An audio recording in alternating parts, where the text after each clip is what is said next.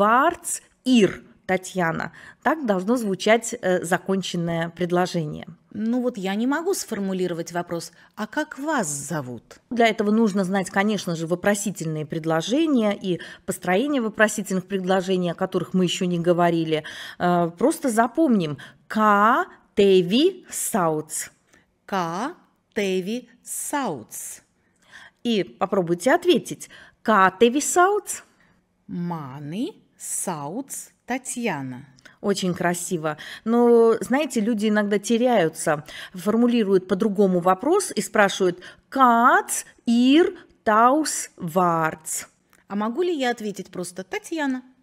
Можете в разговорной речи, конечно, но если вы сдаете экзамен по латышскому языку, нужно помнить, что мы должны отвечать полными предложениями, и за это ставят определенное количество пунктов. Mans vārds ir Irina. Kāds ir tavs vārds? Es nesaprotu. Nesaprotu. Es nesaprotu. Сложная фраза.